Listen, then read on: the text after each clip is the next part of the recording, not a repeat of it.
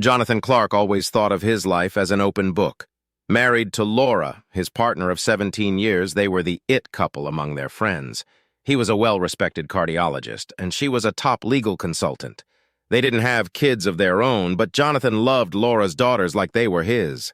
Their life in Greenfield was picturesque, but lately, things had started to feel off.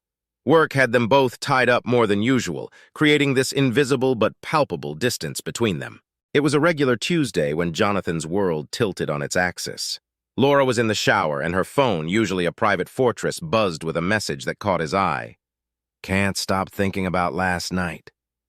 That was all it said, but it was enough to send a chill down his spine. Jonathan was the kind of guy who believed in facts and evidence. He didn't want to jump to conclusions, but the seed of doubt had been planted. Over the next few weeks, he noticed more things: the late-night calls, Laura's newfound protectiveness over her phone, and the tiny changes in her routine. Driven by a mix of fear and need for the truth, Jonathan started paying more attention. At a party, he noticed how Laura interacted with her colleagues, especially this one younger lawyer, Daniel. They seemed too close. One night, using a medical conference as a cover, Jonathan followed Laura discreetly. His heart sank when he saw her and Daniel laughing their way into a cozy bistro.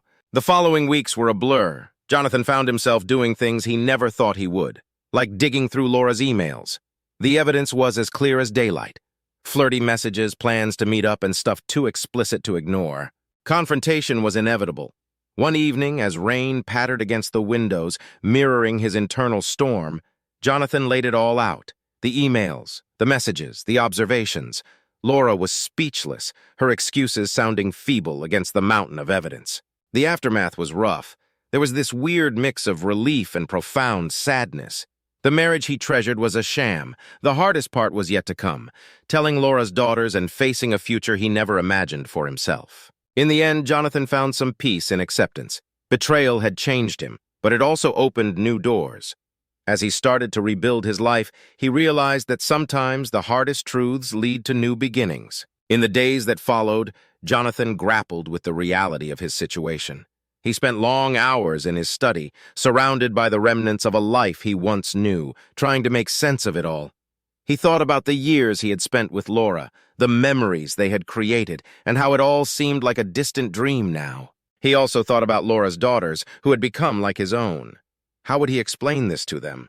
What would their relationship be like moving forward? These questions haunted him, but he knew he had to face them head-on. Jonathan decided to meet Laura's daughters individually, to explain the situation in a way they would understand. He wanted to reassure them that his love for them hadn't changed, despite everything that had happened. The conversations were difficult, filled with tears and questions, but Jonathan handled them with the gentleness and honesty that had always characterized him. As he navigated through the legal proceedings of the divorce, Jonathan found solace in his work. He threw himself into his cardiology practice, finding comfort in the routine and the knowledge that he was helping others. His colleagues, who had always respected him, now offered their support in ways he hadn't expected. Jonathan also began to rediscover himself outside of his marriage. He started attending a local book club, something he had always wanted to do but never found the time for. He reconnected with old friends, went on hiking trips, and even started learning to play the guitar. Each new experience was a step towards healing and understanding that life could still be fulfilling, even after such a profound loss. Months turned into a year, and Jonathan's life began to take on a new shape.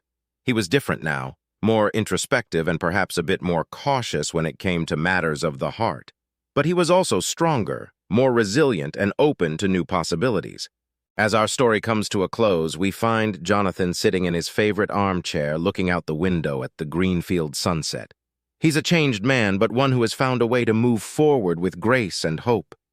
His journey wasn't easy, but it taught him about the resilience of the human spirit.